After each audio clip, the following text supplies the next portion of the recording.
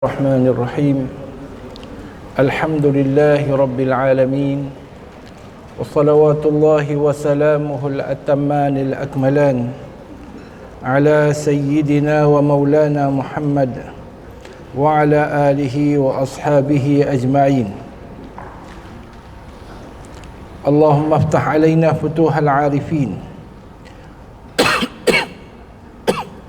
وارزقنا فهم النبيين وحفظ المرسلين وإلهام الملائكة المقربين اللهم إنا قد خرجنا من حولنا وقوتنا إلى حولك وقوتك ومن علمنا إلى علمك ومن إرادتنا إلى إرادتك ومن قدرتنا إلى قدرتك فنعوذ بك اللهم أن نقول زورا أو أن نقترف ذنبا أو نكون بك يا ربنا مغرورا. Yang mulia saudara pengurusi majlis yang berusaha, tuan-tuan dan puan-puan pegawai-pegawai perubatan, timbalan-timbalan pengarah hospital-hospital yang dinyatakan sebentar tadi, yang berusaha, tuan-tuan dan puan-puan pegawai perubatan, seterusnya tuan-tuan dan puan-puan yang dirahmati Allah sekalian. Pertama sekali saya merafakkan kesyukuran kepada Allah Azza wa Jalla di atas limpah kurnia Allah sehingga kita dapat bersama pada pagi ini. Untuk sesi saya diamanahkan oleh pihak penganjur untuk membincangkan 3 topik, dan kita mulakan dengan topik yang berkaitan dengan puasa. Tapi sebelum itu saya mengambil kesempatan ini pertama untuk mengucapkan jutaan terima kasihlah bagi pihak diri saya kerana saya di antara orang yang mendapat manfaat yang banyak daripada hospital, daripada pusat-pusat perubatan, orang panggil klinik lah, klinik apa sudah yang banyak dah lah kan. Hak kena pi 2 bulan sekali, kena pi ambil darah. Sebulan sekali pi ambil apa? Pi ambil ubat muasih. Kau nak beli ubat tu jenuh duit. Alhamdulillah. Cuma saya okey, tu yang pertama. Yang kedua, saya mengucapkan tahniah kepada tuan-tuan dan puan-puan yang telah pun memilih kerjaya ini dan telah pun diberi peluang oleh Allah Azza wa Jalla untuk menjadi pelayan untuk menjadi orang yang menguruskan orang sakit. Pertama, berubat ni adalah satu yang membuahkan pahala. Kerana ada hadis yang menyebut tadawu fa inna Allah ma anzala min da'in illa wa anzala ma'ahu dawa. Nabi suruh kita berubat kerana tidak ada penyakit yang Allah Ta'ala turunkan kecuali ada ubatnya.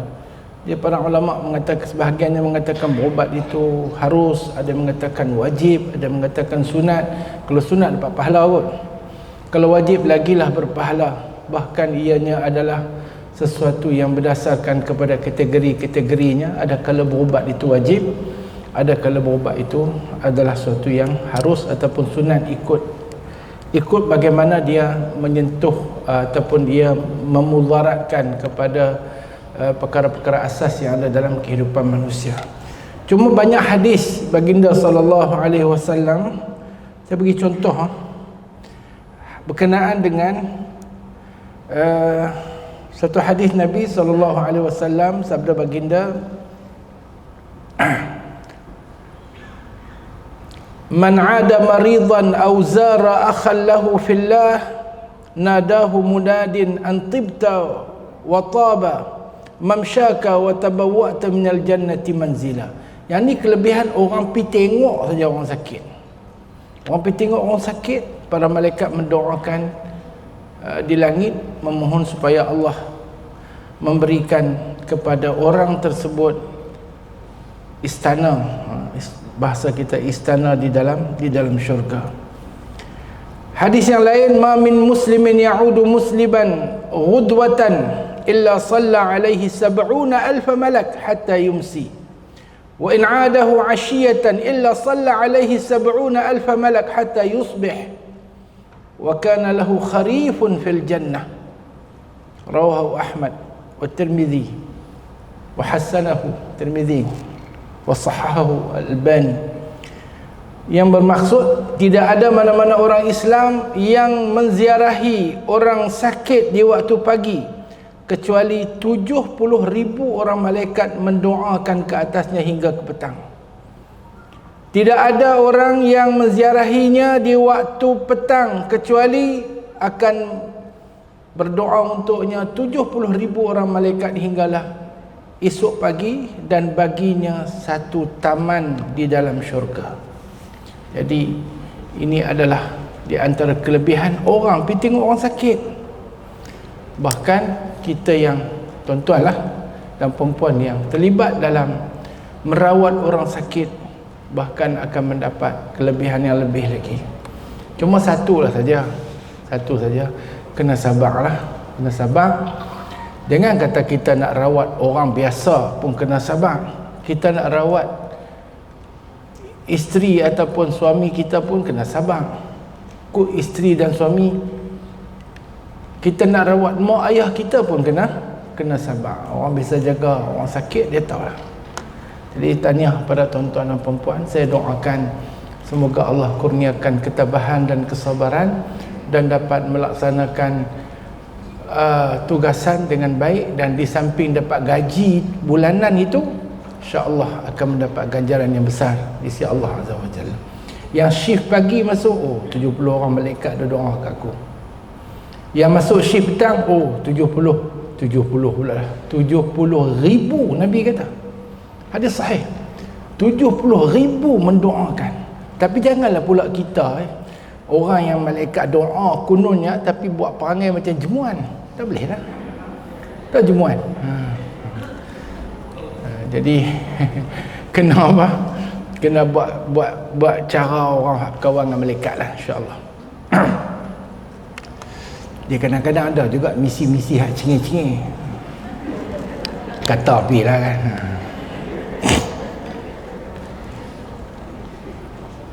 Dululah dah tak ada. Ataupun bukan di negeri Pulau Pinang lah, balik.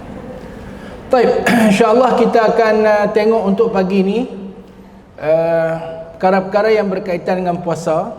Boleh buka tengok, dan saya akan pandukan dengan panduan puasa yang dikeluarkan, panduan berpuasa pesakit yang diterbitkan oleh pihak JAKIM. Saya ingat kita terus kepada perkara yang membatalkan puasa terus, ataupun puasa pesakit.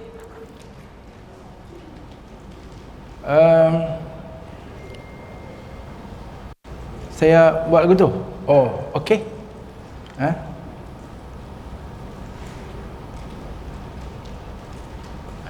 Hak benda-benda awal ni saya tak mau nak sentuh lah. Benda-benda yang awal tak mau nak sentuh. Yang ni semua orang tahu. Kalau yang ni tak tahu sampai umur lagu kita ni, esok lusa nak masuk kubur dah, kira orang Penang kata leceh. Awak tak jalan.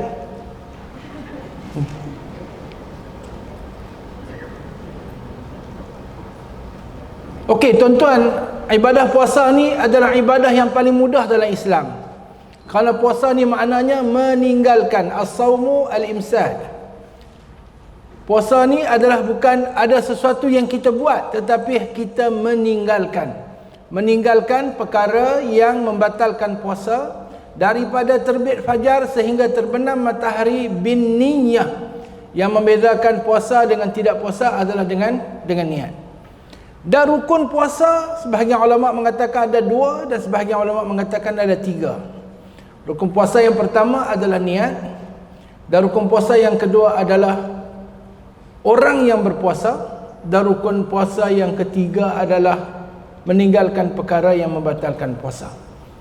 Tapi sebahagiannya membincangkan orang yang berpuasa itu pada syarat sah puasa. Bateri kot. Jadi yang pertama niat, yang kedua perkara yang membatalkan puasa. Yang pertama niat, yang kedua meninggalkan perkara yang membatalkan puasa. Jadi isu bagi orang yang sakit ini, isu bagi orang yang sakit ini jelas dalam Al-Quran. Faman kana minkum maridan aw ala safarin fa iddatun min ayyamin ukhra. Maka sesiapa di kalangan kamu yang sakit ataupun bermusafir, maka ia boleh menggantikan puasa itu pada hari-hari yang lain. Retinya dibenarkan meninggalkan puasa wajib di dalam bulan Ramadan bagi orang yang bermusafir dan orang yang sakit. Orang yang bermusafir bagi orang yang sakit. Cuma dalam bab musafir ada ulama berbeza pandangan, puasa dalam musafir dengan musafir dalam puasa. Ini beza. Dalam mazhab kita, I'm talking about mazhab Syafi'i. Ini mau tak mau kita kena yang tu dulu kerana yang diamalkan itu dan yang dienikmankan dalam apa yang diperuntukkan dalam enakmen kita adalah kita dalam isu-isu ibadah ini kita dahulukan pandangan dalam mazhab Syafi'i. Dan kalau tidak menyelesaikan masalah yang dihadapi, kita akan berpegang dengan pandangan yang mu'tamad dalam mazhab Islam yang lain, yang empat. Yang empat itu takaklah baru tekak mazhab empat saja.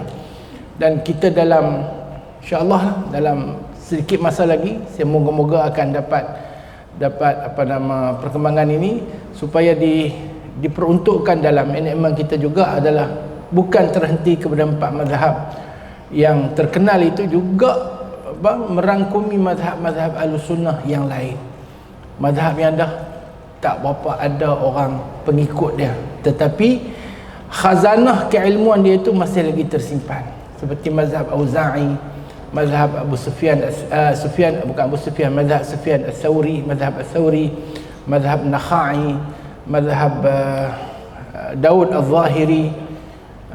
Di Mesir sendiri menggunakan 9 mazhab mu'tabar dalam Ahlus Sunnah wal Jamaah. Baik. Boleh Okey. Jadi bab safar itu dalam mazhab kita, mazhab Syafi'i, yang dibenarkan untuk buka puasa adalah mendapat puasa di dalam musafir. Berpuasa ketika musafir. Dan tidak dibenarkan untuk berbuka puasa kalau bermusafir ketika safar. Bermusafir ketika berpuasa. Artinya kalau orang tu dia subuh di rumah, dia niat puasa, tak lagi pukul 9 pagi dia nak tolak PKL, hari itu dia wajib berpuasa. Kerana dia dikira bermusafir dalam puasa.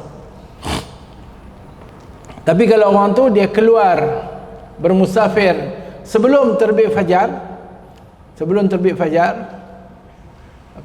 malam ke, dia keluar, dia dapat subuh kot jalan ataupun ketika bermusafir, maka dia dikira orang berpuasa di dalam musafir. Maka dibenarkan untuk berbuka puasa. Jadi kalau kita tengah-tengah puasa, tiba-tiba kita sengaja pukul 10 pagi pi Ipoh nak membolehkan kita makan, itu tidak bertepatan dengan kefahaman yang ada dalam mazhab kita. Okey. Kemudian berkaitan dengan orang sakit, orang sakit juga dibenarkan untuk meninggalkan puasa. Ada orang sakit yang wajib tidak berpuasa. Ada orang sakit yang harus tidak berpuasa. Ada orang sakit yang wajib tidak berpuasa, iaitu kalau puasa dia boleh merosakkan nyawanya. Dia nak puasa juga, tapi kalau dia puasa dia akan mati, orang tu wajib buka puasa. Ataupun kalau dia puasa juga boleh menyebabkan kecacatan kekal pada mana-mana anggota pada dirinya, maka dia wajib buka puasa. Contohnya orang kencing manis, kan? Dia dah sampai gula dah tinggal 2 ke tinggal 1 ke, duk nak puasa juga-juga, duk nak puasa juga-juga sampai boleh mati. Boleh mati ataupun sampai boleh apa, rosak dia punya apa, akal dia kan. Dia boleh jadi terus macam tu saja. Jadi orang macam tu dia wajib buka puasa. Jangan kata, tuan-tuan, kita pun kadang-kadang sikit lagi nak buka puasa, rasa sayang. Sayang apa? Nyawa itu didahulukan. Menyelamatkan nyawa itu didahulukan. Okey. Kita ulang kaji sikit tentang perkara-perkara yang membatalkan puasa. Yang pertama, makan, minum atau merokok walaupun sedikit sahaja. Yang kedua, muntah dengan sengaja. Yang ketiga, bersetubuh di siang hari. Yang keempat, mengeluarkan mani dengan sengaja. Yang kelima, keluar darah haid atau nifas walaupun sedikit. Yang keenam, gila atau hilang akal walaupun seketika. Yang ketujuh, pitam atau koma, tidak sedarkan diri sepanjang hari, bermula daripada terbit fajar hingga terbenam matahari. Jadi ada beza antara gila dengan pengsan, pitam. Kalau gila jadi sat saja, batal puasa. Orang tu sehari dia tak gila, sehari tak gila, okey lah. Dekat-dekat buka puasa, lagi setengah jam nak buka puasa, dia gila saat 5 minit. Manalah tahu, kan? Ni orang gila tak mau makan ubat ni, kan? Lepas tu dia sedar balik. Itu batal puasanya. Yang tu batal puasanya. Kemudian yang pitam ni, pitam yang membatalkan puasa adalah pitam sepanjang hari. Katalah orang tu lepas maghrib dia dah niat puasa untuk esok, sebelum subuh dia pitam. Dia pitam sampai maghrib, dia koma. Dia pitam lah. Dia pingsan ke apa sampai maghrib. Puasa dia hari itu tidak kebilangan ataupun tidak dikira. Tetapi kalau orang tu masuk subuh dia dah pitam dah. Sebelum subuh dia pitam, masuk subuh dia pitam. Pukul 3 dia sedang sat. Dia sedang lah, dia sedang. Mak ni pitam ni, tak apa. Makan ubat sikit mak. Dia pun makan ubat apa. Okey lah, okey. Lepas tu dia sengat balik sampai buka puasa. Puasa dia sah kerana dia tidak dikira pitam sepanjang hari. Okey. Kemudian harus berbuka puasa. Yang pertama orang sakit, macam saya sebut tadi. Yang kedua orang musafir. Yang ketiga hilang keupayaan berpuasa. Keuzuran yang bersangatan, terutamanya di kalangan orang yang terlalu tua. Dalam bahasa kitab dia sebut tua renta. Tua renta. Bahasa Pulau Pinang nama dia tua marga. Tua marga. Tahu tua marga? Orang balik pulau kata kat tua marga? Tak kata. Wih, tak. Tahu tua sangatlah, tua lah. Tapi ada orang tua marga pun tapi otak dia okey lagi. Otak dia okey lagi.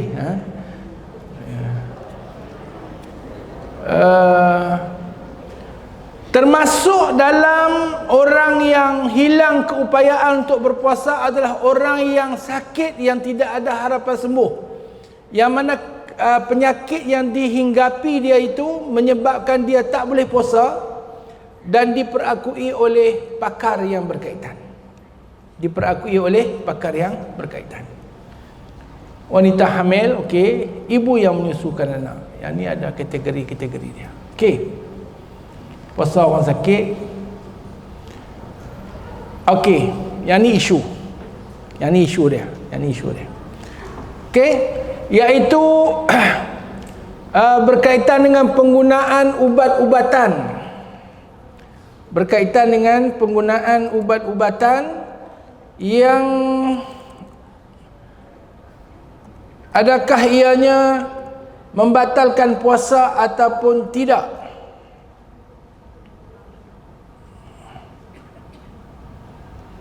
Okey, yang pertama sekali,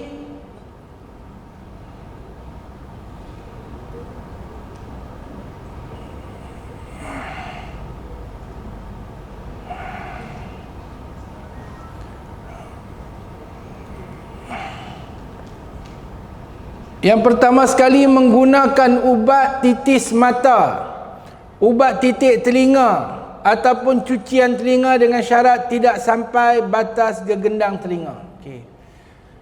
Di antara perkara yang membatalkan puasa adalah memasukkan sesuatu ke dalam rongga badan yang terbuka. Dan rongga itu membuatkan ain ataupun benda itu masuk sampai ke rongga tersebut. Ini termasuklah, ada dua rongga. Ulama kata dalam badan kita ada dua rongga. Satu rongga perut. Rongga perut dia panggil al-jawf. Dan satu lagi rongga kepala. Rongga kepala. Okey. Jadi sesuatu yang tidak melalui rongga, dan tidak membawa sampai kepada menafikan makna puasa. Kena tahu tak makna puasa? Makna puasa adalah menahan diri daripada makan dan minum dan syahwat kemaluan. Dua benda. Puasa adalah menahan diri daripada syahwat perut dan syahwat kemaluan. Okey. Jadi kalau sesuatu yang tak masuk melalui rongga, walaupun sampai ke perut, dia tidak membatalkan puasa. Contoh, titik ubat dalam mata. Mata ini dia bukan rongga yang terbuka, walaupun dia ada rongga lah, tapi dalam tu ada biji mata dan sesuatu yang diletakkan dalam kepada mata itu, dan dia menyerap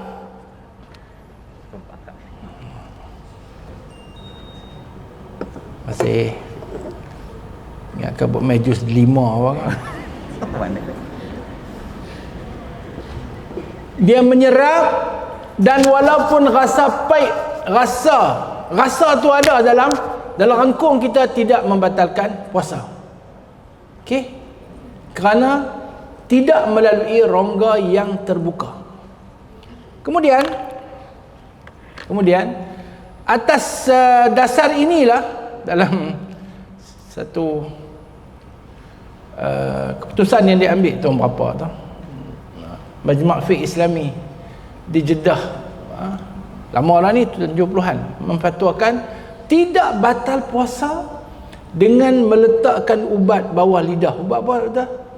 Ada orang ni GTM berkata, ubat geng sakit jantung. Saya okey lagi. Tak semua orang Allah Ta'ala bagi jantung ada spring. Okey. Ubat bawah lidah tu tidak membatalkan puasa kerana dia tak telan. Kecuali dia telan. Dia ambil ubat tu, dia telan. Dia hanya bubur bawah lidah. Kemudian saya tak tahulah apa yang diserap melalui lidah itu, menyerap ubat itu, dan dia tidak berlaku dengan memasukkan sesuatu ke dalam rongga. Qiyasnya adalah dibincangkan oleh ulama, orang yang berkumur dalam keadaan dia terlalu dahaga. Okeylah, kalau tak percaya, bulan puasa pergi buat kerja di kebun, buat bendang. Tengah-tengah panas tu, kita ni sampai dah kering sangat-sangat ni. Lepas tu kita kumuk ayam, ayam tu menyerap masuk ke dalam melalui lidah kita, dan kita rasa okey, tapi kita tak minum. Perbuatan sebegitu adalah tidak membatalkan puasa. Iaitu kalau orang dahaga mengulung air, kulung tak dia buang, tidak membatalkan puasa, walaupun perbuatan itu makruh pada sebahagian ulama, kerana dia menafikan makna menahan diri daripada lapar dan dahaga. Ada orang puasa dia tak mau lapar, tak mau dahaga. Alhamdulillah lah, aku hari ni puasa, lapar pun tak, dahaga pun tak. Walhal puasa itu menahan diri daripada lapar dan dahaga. Jadi fahamlah kita, kalau kita berpuasa tak rasa lapar, tak rasa dahaga, itu bukan satu kelebihan. Itu bukan satu kelebihan. Bahkan kita kena rasa lapar, kena rasa dahaga supaya falsafah ataupun hikmah daripada puasa itu dapat kita hayati. Tak ada juga riwayat walaupun tak kuat menyebut berlapar itu seolah-olah mengetuk pintu syurga. Aqri'i babal jannah. Bimadha? Bil ju'. Ketuklah pintu syurga. Dengan apa? Dengan berlapar, menahan lapar ketika berpuasa. Baik. Kemudian berkenaan dengan rongga telinga. Berkenaan dengan rongga telinga, ulama mensyaratkan sesuatu yang masuk melalui telinga melepasi gegendang baru batal puasa. Kan? Baru batal puasa. Lah ni duk masuk ubat telinga, dia sampai melepasi gegendang kah? Tak. Kalau melepasi gegendang, pakak-pakak semua. Kan? Gegendang dia pecah, kecuali gegendang dia pecah. Okey. Yang kedua, pil tablet yang saya sebut tadi, GTN atau ubat yang menyamainya yang diambil secara meletakkannya di bawah lidah tanpa ditelan bagi merawat kesakitan dada, bagi pesakit jantung. Yang ketiga, melakukan prosedur tampalan gigi, cabutan, pembersihan gigi atau memberus gigi dengan syarat individu yang berpuasa tidak menelan apa-apa bahan semasa prosedur rawatan tersebut. Dia tak telan. Tertelan sikit dimaafkan. Tertelan sikit dimaafkan. Tertelan sikit dimaafkan. Betul ada isu gosok gigi pula lah. Tak mau bincang lah. Apa nama yang mu'tamad dalam mazhab kita, apa nama, tidak disunatkan gosok gigi selepas apa nama zuhur. Itu saja. Tapi Imam Nawawi sendiri berpandangan masih lagi disunatkan sampai ke petang. Kemudian yang kelima, pendermaan atau pemindahan darah. Yang keempat dulu. Semua bentuk suntikan, sama ada melalui lapisan kulit, otot, sendi atau saluran darah. Injek lagu mana pun, selagi mana tidak menafikan makna puasa. Yang menafikan makna puasa, dia injek sesuatu yang menyebabkan dia rasa kenyang, glukus. Masuk tu ayak tak tu kan. Yang tu tak boleh. Dulu sebelum ada apa, sebelum ada keputusan sebahagian daripada orang Arab, bulan puasa dia pergi duk masukkan ayak. Jadi dia kata tak batal puasa kerana tak masuk melalui rongga badan, tetapi ianya menafikan makna puasa. Pendermaan atau pemindahan darah ni buat keluar. Penggunaan ubat-ubatan dalam bentuk sapuan, balutan, plaster pada permukaan kulit. Pengambilan sampel darah untuk ujian makmal. Memasukkan tiub kecil. Saya nak sebut tak arti. Melalui salur darah untuk tujuan pemeriksaan seperti prosedur angiogram untuk pemeriksaan jantung. Ni hak masuk kot ni tu kah? Kan? Masuk kot ni ataupun kot paha tu. Okey. Hak dia buah cayak something tu lah. Ayak. Buah apa? Buah cecair tu. Tak tahulah. Okey. Kemudian yang seterusnya pemeriksaan lapar pula lah, lapar oskop.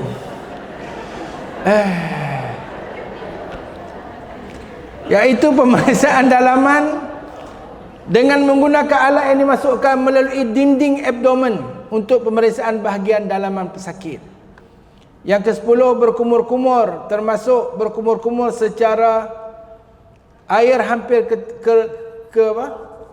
tekak ni, wak tu, okey. Dan ubat teraputik semburan ke mulut yang tidak melibatkan proses menelan. Okey.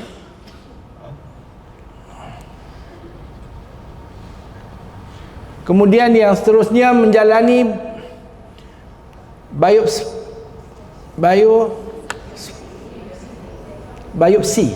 bukan biopsi, iaitu pengambilan spesimen atau cebisan yang diambil daripada hati atau organ-organ lain untuk tujuan analisa makmal. Penggunaan ubat semburan, spray di hidung tanpa disedut. Rawatan dialisis untuk masalah pesakit buah pinggang sama ada hemodialisis ataupun yang satu lagi tu. Menjalani rawatan bius setempat atau separuh dengan semburan atau suntikan setempat, dan penggunaan ubat bawasir dengan memasukkan semula kawasan bawasir pada tempatnya tanpa melibatkan kawasan rongga dalam. Okey. Kemudian perkara yang berkaitan dengan rawatan perubatan yang membatalkan puasa. Yang ni ada isu. Yang ni ada isu. Okey. Kita perincikan. Yang pertama, penggunaan alat sedutan inhaler untuk rawatan lelah, asma atau penyakit paru-paru kronik. Apa? Pneumonia apa? Pneumonia. Pakai tak tu? Dah. Yang orang sakit paru-paru lah pakai inhaler. Yang nip tu tak ada masalah. Yang nip tu tak ada masalah. Pasal dia menyawa macam biasa ya. Tapi yang pakai inhaler, yang tekan masuk tu, okey, sebenarnya para ulama berbeza pandangan. Yang ni yang Jakim, pandangan yang dipilih oleh Jakim, ya. Para ulama berbeza pandangan. Okey. Sebahagian ulama mengatakan batal puasa.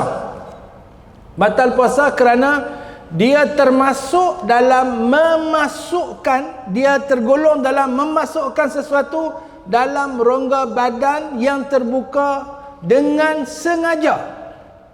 Dengan sengaja. Kalau tak sengaja tak apa. Macam dalam kita lama kata orang duk ayak tepung, dia nganga tepung masuk sampai ke dalam.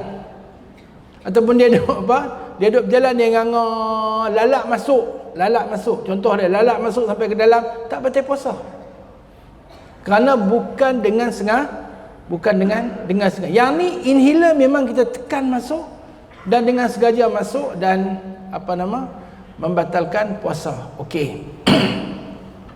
Yang berpandangan seperti ini tokoh besar almarhum Syekh Dr. Wahbah Az-Zuhairi sendiri, pengarang Al-Fiqh Al-Islami wa Adillatuhu. Yang berpandangan sebegini juga adalah satu tokoh besar, Syekh Atiyah Saqar, dalam Ahsanul Kalam, kitab fatwa beliau. Dan yang berpandangan sebegini juga kebanyakan tuan-tuan guru kita yang ada di Malaysia ni. Dengan penuh penghormatan kepada pandangan mereka, mereka berpandangan orang begini kalau dia boleh baik, baik, lepas tu dia baik dan dia boleh berpuasa, dia wajib mengqadhakan semula. Dia boleh tak puasa dibenarkan oleh syariat kerana dia termasuk dalam sakit yang nak menyawa pun tak boleh dan sebagainya. Dia boleh berbuka puasa dengan menggunakan inhaler dan dia termasuk dalam yang disebut sebagai faman kana minkum maridan aw ala safarin fa iddatun min ayyamin ukhra. Ini pandangan yang pertama, yang mengatakan batal puasa. Batal puasa. Pandangan yang kedua oleh sebahagian ulama belakang, nak cari dalam kitab tak ada lah. Zaman pengarang Matan Al-Badrain tak ada lagi inhaler tu, tak ada lagi isu tu. Kebanyakan ulama yang belakang ni, Syekh yang baru meninggal 2 hari lepas, Dr. Al-Qardawi, saya ingat semua orang kenal, Dr. Yusuf Al-Qardawi rahimahullah. Wa katharallahu amsalahu wa ja'alana min amsalihi, amin. Kata amin. Guru kita semua, secara langsung ataupun tak langsung, banyak pandangan beliau yang kita gunakan, terutamanya dalam perkara-perkara yang kontemporari macam ni. Beliau, Syekh Tantawi, Syekh Tantawi, ni ramai yang mengatakan tidak batal puasa. Kenapa? Kerana yang pertama, sebahagian ulama mengatakan tak batal puasa kerana dia bukan pada makna makan dan minum. Puasa dia ambil balik hak asal. Puasa menahan diri daripada makan dan minum. Dia tidak pada makna makan dan minum. Tuan-tuan lapak pergi tekan inhaler lah. Ataupun tuan-tuan lapak apa, dahaga ayam, dahaga tak ada apa nak minum, ambil inhaler tu tekan masuk. Betul ke? Tak pun. Dia tidak pada makna makan dan minum. Satu. Yang kedua, sebahagian ulama mengatakan jumlah yang masuk itu terlalu sedikit. Jumlah yang masuk sampai ke perut tu terlalu sedikit kerana dia terlekat dekat mana? Dekat paru. Yang masuk ke perut tu terlalu sedikit. Ni yang wallahualam, satu ulama daripada UAE dia kata satu inhaler tu dia hanya ada 10 ml. Dia ada 10 ml, satu bekas tu ada 10 ml mililiter, dan 10 ml tu boleh digunakan sebanyak berapa kali? Tentang tak kerja farmasi. Saya pun lupa 200 kali ke 20 kali?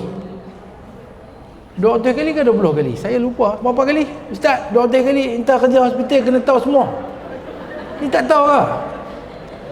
Saya lupa lah. 200 kali ke 20 kali?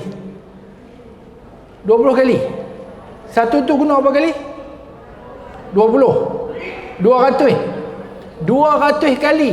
Masya Allah. Bayangkan 10 ml guna 200 kali dan tekan masuk tu, dan masuk ke perut tu sikit sangat. Dikiaskan dengan orang yang ambil ayat semayang, dia berkumur dan dia beristinsyak. Istinsyak adalah menyedut air masuk ke rongga hidung. Orang istinsyak tu dia menyedut air masuk ke rongga hidung dan dikeluarkan balik. Ketika dikeluarkan nama dia istinsar. Istinsar ini akan menyebabkan sedikit air masuk ke perut, dimaafkan. Jadi asasnya begitu, maka mereka mengatakan penggunaan inhaler tidak membatalkan puasa. Ini saya ingat ramai orang pegang dengan pandangan ini. Kalau tanya saya kata ikut yang nu pun alal huda wal khair, di atas petunjuk dan kebaikan. Ikut yang ni pun alal huda wal khairi was sawab, dia berada di atas petunjuk kebaikan dan yang betul, insya-Allah. Kalau orang tanya saya lah, dan sebahagian kawan-kawan mengambil pendekatan orang tu puasa juga, yang pakai inhaler dia puasa juga. Dan kalau dia berkemampuan, dia apa, kalau dia baik lepas tu dia qadalah puasanya. Kalau dia tak baik dah, dia kena pakai inhaler tiap-tiap hari. Kalau tak pakai inhaler dia boleh mati dan sebagainya, maka dia puasa juga, pakai inhaler puasa juga. Dan sebagai langkah berhati-hati, dalam fiqh kita sebut langkah ihtiyat, dia keluarkanlah fidyah orang yang tidak ada harapan sembuh daripada penyakit, iaitu dengan membayar sehari secupak makanan. Secupak ni, tuan-tuan tahu berapa ringgit harga secupak? RM1.75. Secupak harga dia RM1.75. Lebih kurang berat timbangan secupak beras adalah 650 gram. Sekati secekak.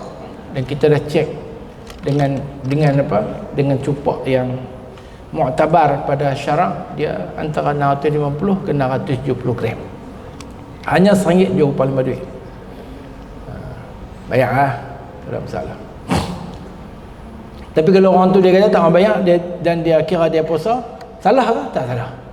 Tidak salah.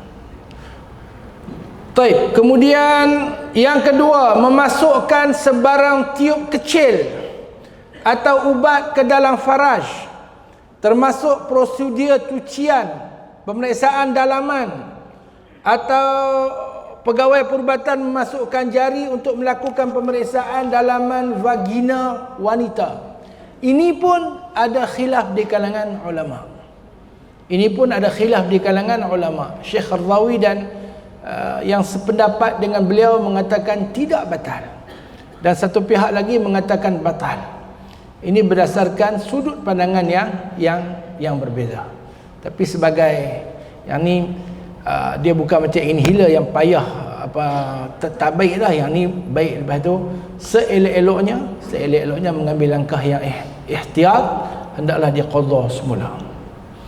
Yang ketiga, memasukkan sebarang tiup alat pemeriksaan dalam saluran kencing, barium atau ubat pencuci yang dimasukkan sama ada dalam saluran kencing bagi lelaki atau wanita.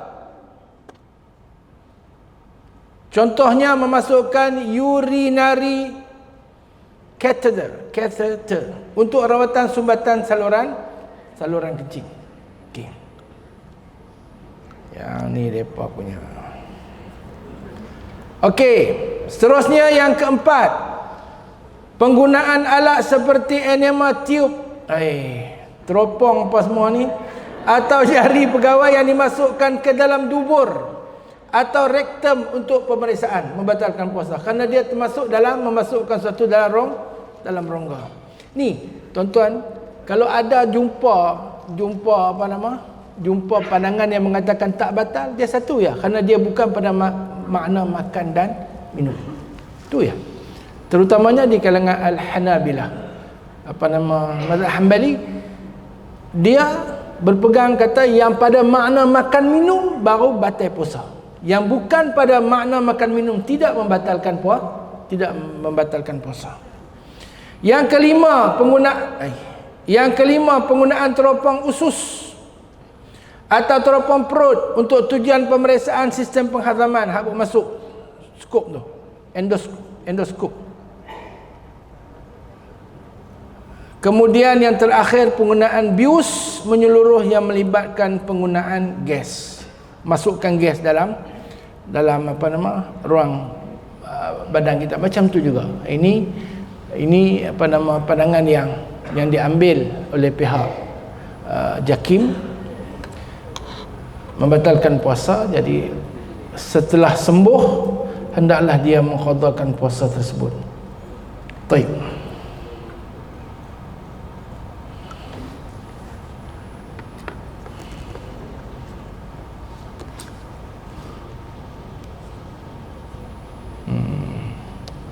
Yang ni hukum fiqh, saya ingat tuan-tuan pun dah pernah belajar lah berkenaan dengan status orang yang tidak berpuasa. Ada di kalangan mereka yang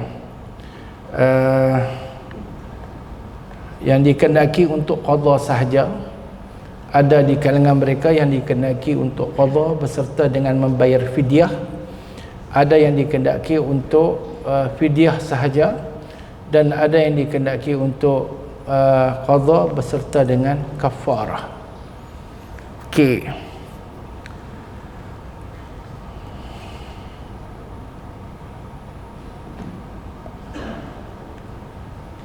Apa makna qadha? Qadha ialah menggantikan puasa wajib Ramadan yang ditinggalkan. Fidyah ialah mengeluarkan secupak makanan bersamaan 675 gram atau yang senilai dengannya untuk sehari puasa yang ditinggalkan. Yang ketiga, kafarah. 675 gram tu patutnya dia kata lebih kurang. Yang ketiga, kafarah puasa ialah denda yang dikenakan kepada lelaki yang bersetubuh pada siang hari. Okey. Qadha puasa bagi yang meninggalkan kerana sakit. Orang yang qadha puasa bagi yang meninggalkannya kerana sakit.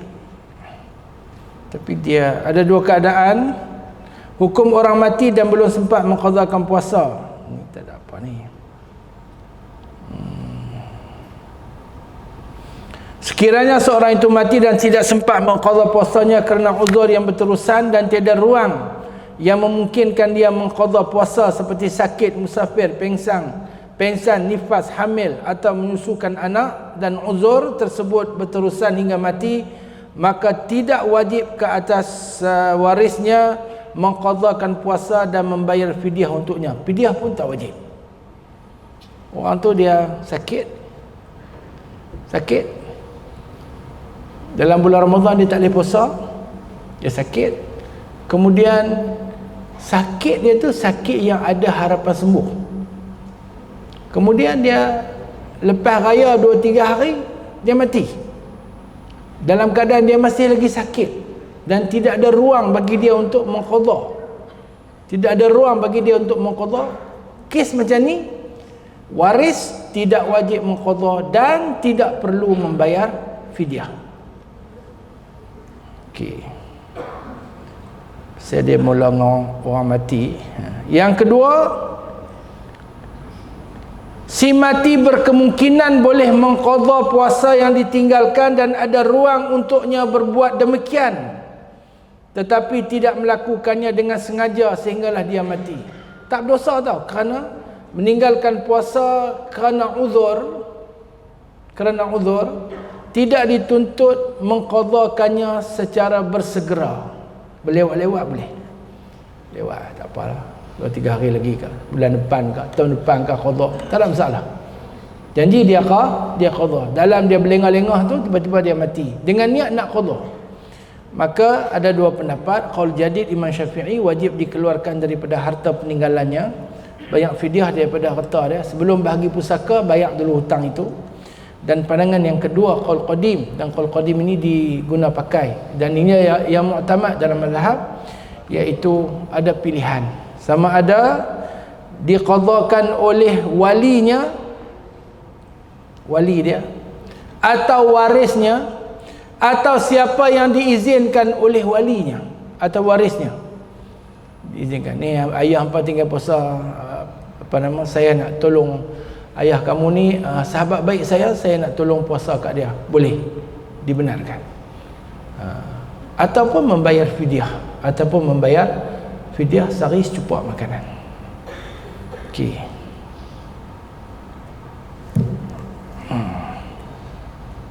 Saya ingat yang tu tak berapa berkenaan dengan kita punya ni.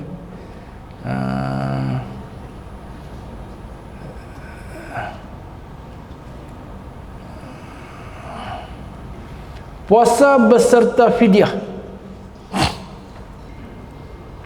Okey, dia ada tiga keadaan.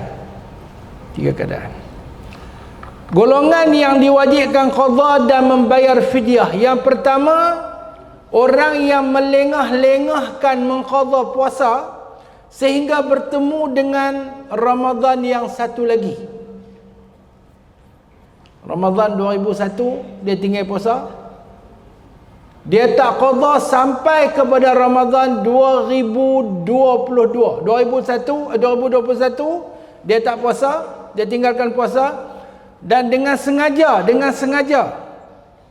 Kalau sakit tak apa, sakit, ada keuzuran, tak apa, musafir, tak berhenti-berhenti, dia pergi jadi tentera ke, navy ke apa ke, duk berjalan rata dunia, tak dan nak qadha, itu kena ada uzur yang dibenarkan oleh syarak, tidak dikenakan fidyah.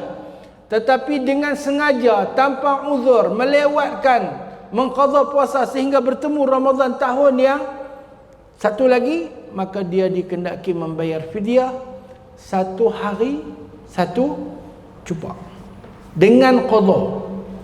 Bayar fidyah dengan qadha. Ini pandangan dalam 3 mazhab Islam yang mu'tabar, Syafi'i, Maliki dan Hanbali. Mazhab Hanafi tak payah. Mazhab Hanafi tak payah kerana hadis tu adalah hadis mauquf. Lepas kita tak ada, Nabi tak sebut pun. Yang ni sahabat yang sebut. Dia kurang betul lah. Tak apalah, yang tu asas hukum tu diterima oleh 3 mazhab yang mu'tabar.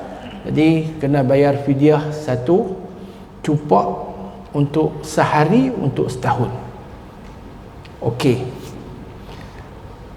Kemudian kalau tahun depan dia tak puasa juga, hak sehari itu bertemu Ramadan yang satu lagi.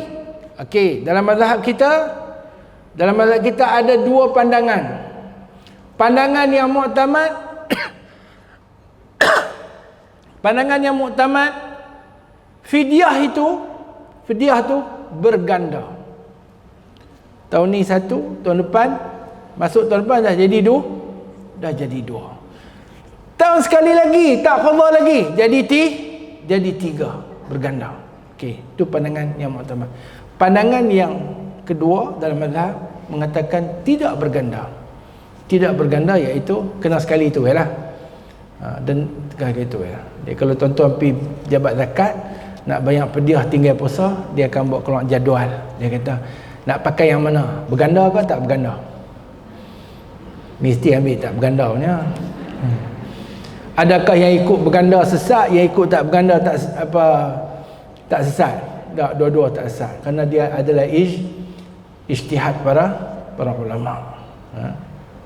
Kemudian dalam pandangan berganda ni pula, sajalah cerita. Dalam pandangan berganda ni pula, ulama kita berbeza pandangan. Ada kata berganda ikut tahun.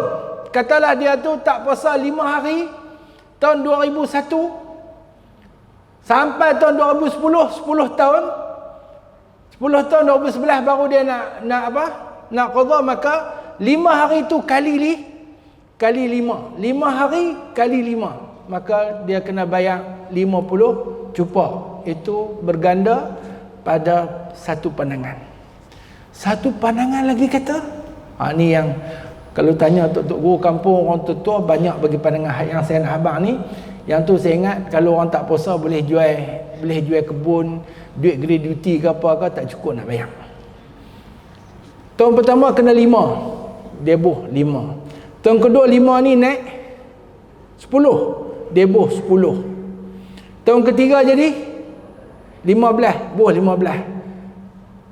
Sampai ujung 5, 10, 15, 20 sampai 10 tahun tu campur semua. Tahun pertama atas zemah dia 5 hari. Tahun kedua jadi 5, jadi 10. 10 campur dengan 5 ada jadi 15. Dia lagu tu. Kemudian tahun ketiga jadi 15. 15 dengan 2 ada 15 campur 15 jadi 30. Lepas tu tahun keempat 20 campur dengan hak 2 ada dah. Campur dengan hak 2 ada dah 20 jadi 50. Dan kiraan ini digunakan pakai oleh sebahagian jawatan kuasa fatwa di Malaysia. Kau tak payah tengok yang Pahang buat dengan calculation tu. Masuk berapa hari, tahun berapa tinggal, perang, dia keluar. Dia punya kiraan dia macam kiraan faraid tu. Apapun itu juga ijtihad yang benar, dan moga-moga kalau orang berkemampuan dan ketakwaan dia tinggi, dia boleh menyelesaikan hutang dia dengan Allah melalui cara tu. Kita bukan masalah nak kena orang. Tidak. Ini masalah hutang dia dengan Allah Azza wa Jalla.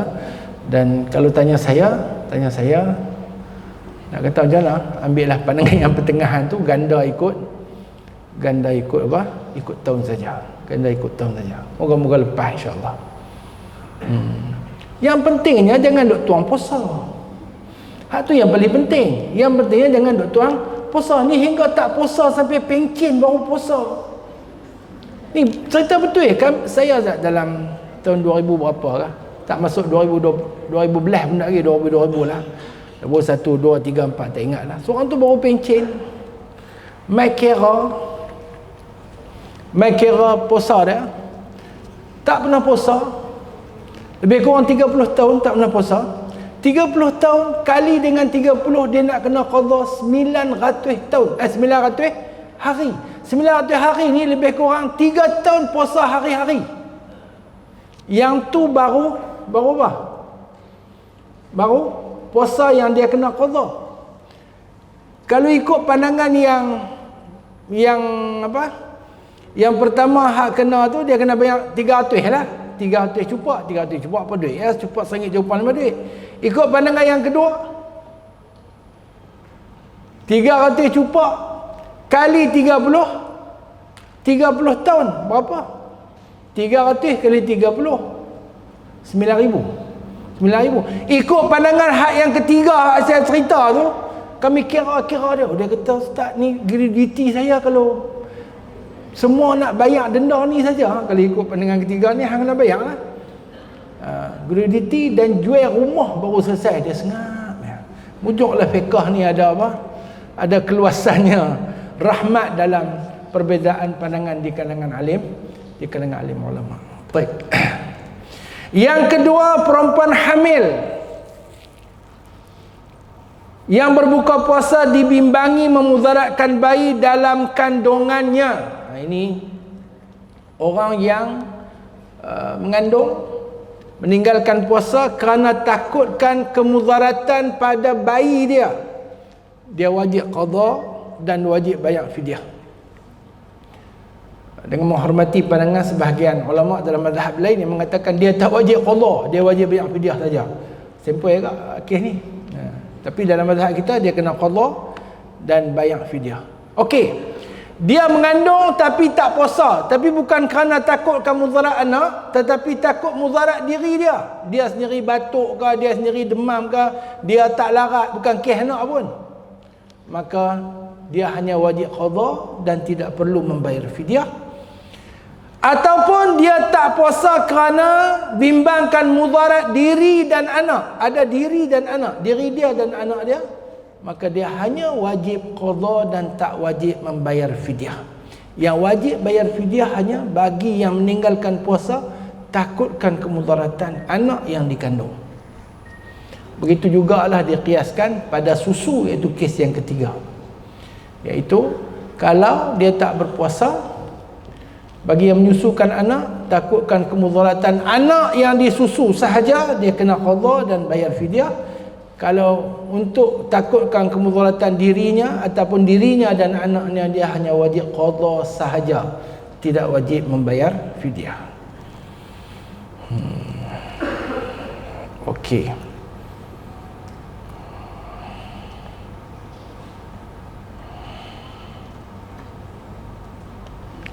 Okey. Tak mau berjalan ni dah. Baik.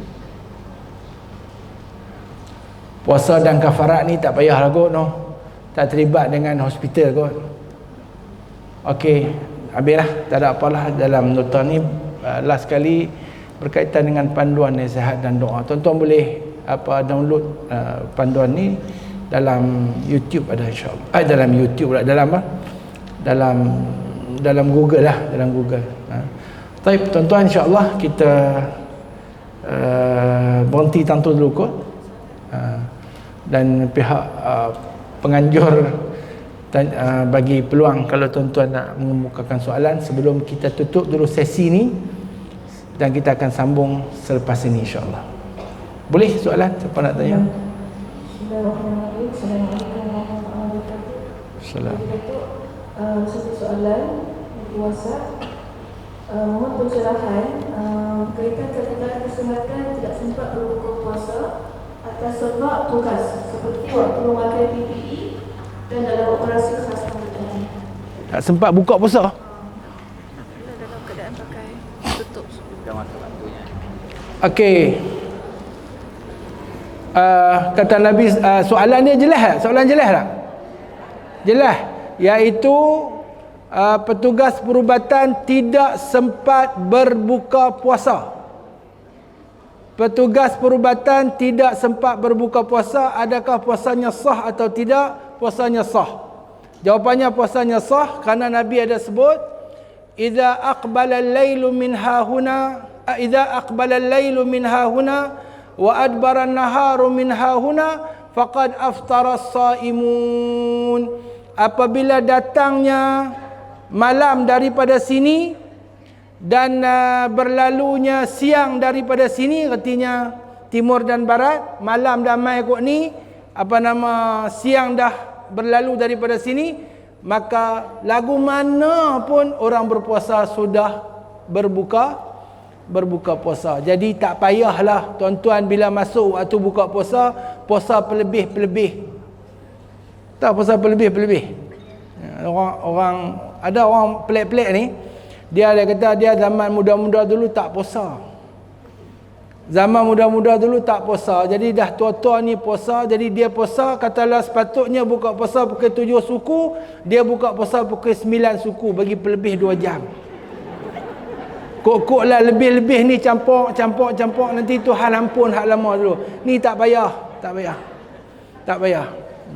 Jadi bab buka puasa ni, idza aqbala al-lailu min hahuna wa adbara an-naharu min hahuna faqad aftara as-saimun.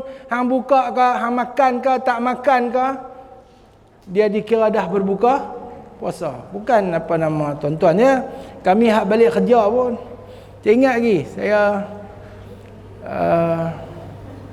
satu saya warden sekolah.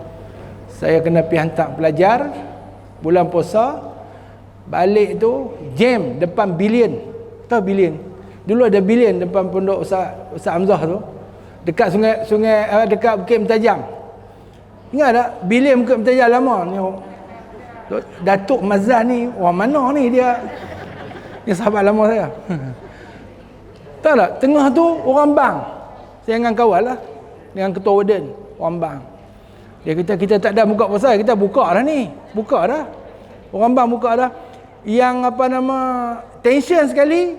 Radio kata tak sempat berbuka puasa. Kunyahlah apa? Double minggang. Saya ingat sampai lah saya geram dia tu. Oh, tak sempat buka puasa, suruh makan cinggam dia. Okey. Ada lagi soalan?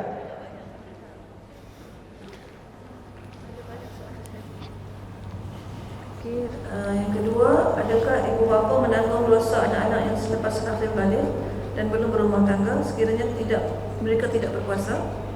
Dia dah kena mengena kan dengan hospital mesra ibadat. Peserta yang tanya, kedua, puasa batal sekiranya dimasukkan tiup kencing. Jadi kalau bersakit perlu memakai tiup kencing 2-3 hari. Hari-hari keesokan hari itu dikira macam mana? Baik. Soalan pertama tu tak kena mengena dengan hospital mesra ibadat, iaitu kalau anak-anak tak puasa, mak pak ni berdosa tak? Mak pak ni berdosa tak? Okey, kalau anak-anak tidak berpuasa kerana kecuaian ibu bapa, anak bukan tak puasa ya, tak semayang, tak tutup aurat, tak apa? Tak kerana kecuaian ibu bapa, terutamanya bapa, maka dia tetap menanggung apa? Menanggung dosanya kerana kecuaiannya itu. Kerana kecuaiannya itu. Tidak mendidik anak-anak dengan betul. Okey, satu. Yang kedua berkenaan dengan tiup. Kalau tiup tu dimasukkan dalam saluran kencing, kalau tiup itu dimasukkan ketika dia sedang berpuasa, dimasukkan ketika sedang berpuasa, puasa hari itu batal. Lepas dia baik, dia kena qada lah. Tapi tiup tu duduk sebulan Ramadan. Hari kedua batal tak? Tak batal lah, benda dah duduk ada. Benda duduk ada. Tapi kalau cabut keluar buah balik, batal lah. Buat keluar hari-hari ke? Saya cukup takut lah. Wal'iyadzubillah. Hak tu paling saya takut. Hak enjek tu pun saya takut. Tuan-tuan tahu ke? Saya biasa masuk ni saja nak cerita ni. Saya tak taram membela. Dia enjek, dia nak bubuh apa tau? Enjek tani tak jadi. Enjek ni tak jadi. Enjek tani tak jadi. Lah enjek tak mana ke? 5 kali enjek. Berlebam. Taram. Jadi bila nak masuk lagi hospital, saya nak injek tak mana lah pula depa ni. Dah lah berapa. Okey. Ada soalan lagi habis? Ada lagi? Ada satu lagi. Berkenaan dengan yang tu kalau saluran kencing. Tapi kalau saluran ni, saluran apa? Ulama kita kata kalau memasukkan sesuatu dengan benang, kan? Masa masuk tu batal. Tapi benang tu dah duk ada. Esok bila cabut keluar batal balik pasal dia pada makna muntah. Kalau kok apa? Kalau kok ruang apa nama rengkung ni, dia kalau buat keluar juga boleh sebagian ulama mengatakan boleh batal pada makna muntah. Wallahu a'lam. Yang seterusnya disebut dalam kitab Fathul Badrai, dikatakan perlu imsak untuk orang tidak boleh puasa. Apa maksud ayat ni? Satu dulu. Orang yang tidak boleh berpuasa wajib imsak. Seperti orang yang inhaler tadi, kan? Dia boleh boleh pakai inhaler kerana keperluan dia, hajat dia kepada itu, darurat yang dia hadapi, hajat yang menepati tempat darurat kerana dia boleh hilang nyawa dan sebagainya. Tapi dia boleh hak tu ya. Dia boleh yang tu saja, dan dia tidak boleh bersenang-senang, relax-relax, isap rokok depan kawan, minum air, makan nasi lemak. Aku boleh tak puasa. Macam itulah lebih kurang. Jadi dia wajib imsak. Orang yang tak wajib berpuasa pun dia kena imsak, dan dia kena tengok dia punya rukhsah keringanan yang syariat beri itu untuk kes-kes dia pada tahap-tahap tu sahaja. Kok pun perlu dia ada rukhsah, dia nak makan ke sebagainya, macam orang perempuan tak boleh sembahyang apa kan. Artinya dia tak boleh juga makan depan orang. Dia kena makan dalam keadaan sembunyi-sembunyi. Ni tersalah tak puasa, mai kerja bau dia bawa Maggi mee. Okey, habis.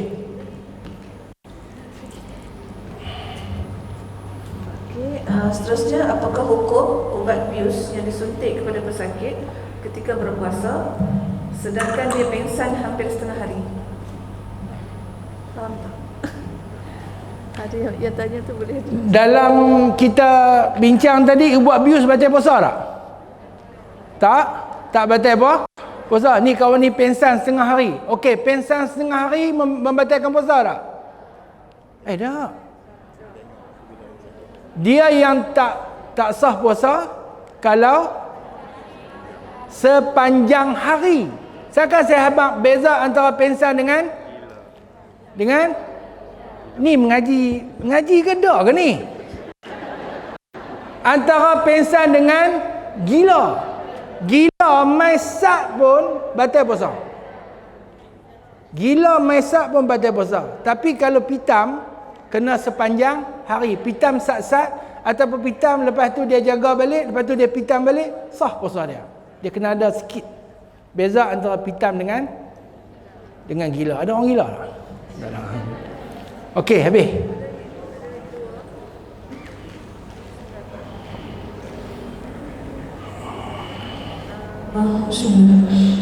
Okey, ada satu daripada Putrajaya, mungkin dalam live. Menurut pandangan mazhab Hambali, batal puasa hanya yang melibatkan makan dan minum. Bagaimana pula bagi yang ketagihan vape yang melampau di bulan puasa? Bagi seandainya tidak hisap, mungkin boleh menimbulkan kemudaratan kepada beliau. Jadi dia menghisap vape berpandangan mazhab Hambali. saya ingat perlu jawab dah soalan ni. Cuma nak habaqlah juga. Satu ketika dulu ada seorang tokoh besar dalam mazhab Syafi'i, nama dia Az-Zayyadi. Az-Ziyadi ataupun Az-Zayyadi. Az-Zayyadi ni dia kata isap rokok tak batal puasa. Kerana yang masuk tu bukan benda tetapi kesan benda. Bukan ain tetapi asar ain. Macam kita lalu orang bakar sampah, asap dia masuk. Batal puasa tak? Tak. Orang tengah duk goreng Maggi mee ke apa ke, masuk. Batal puasa tak? Tak. Pasal dia bukan Maggi mee masuk perut kita. Yang masuk apa? Bau dia ataupun asap-asap dia. Jadi syekh tu kata rokok macam tu juga. Kemudian anak murid dia ni dalam Buriyatul Tulab ada. Anak murid dia pi isap rokok depan dia, kemudian ambil kain buih. Bila buih kain tu dan dia tunjuk kat Tok Guru. Tok Guru hak masuk dalam perut benda ni. Masuk apa? Candu dia. Ataupun tu panggil tar. Yang masuk candu dia. Dia kata kalau masuk lagu ni batal puasa. Kalau masuk macam ni batal puasa. Saya ingat vape pun sama juga. Ketagihan yang melampau pada vape, adakah dia termasuk dalam perkara hajat ataupun darurat? Masuk ke? Ni kena rotan lah kalau macam tu. Okey, ada lagi? Okey, yang terakhir ya. bagaimana nak mengira jumlah fidyah yang patut dibayar jika tak ingat berapa jumlah hari meninggalkan puasa? Boleh agak-agak atau bagaimana? Kalau tak ingat, kita agak-agak lah. Agak-agak dalam agakkan kita agak dan kita anggarkan bagi lebih. Agak-agak 10 tahun ke 15 tahun. Kita nak ambil berapa? Ambil 15 tahun. 10 tahun ke 15 tahun, ambil 15 tahun. Macam tu lah. Agak bagi lebih. Kerana kalau tak jadi fidyah, insya-Allah dia jadi sedekah. Wallahu a'lam. Insya-Allah kita berhenti tang ni dulu dan kita sambung. Saya ada janji dengan seorang tu, dia nak jumpa. Saya janji dengan dia pukul 10 kan. Jadi saya mungkiak janji pula. Jadi kita sambung balik pukul berapa Ustazah? 10.30.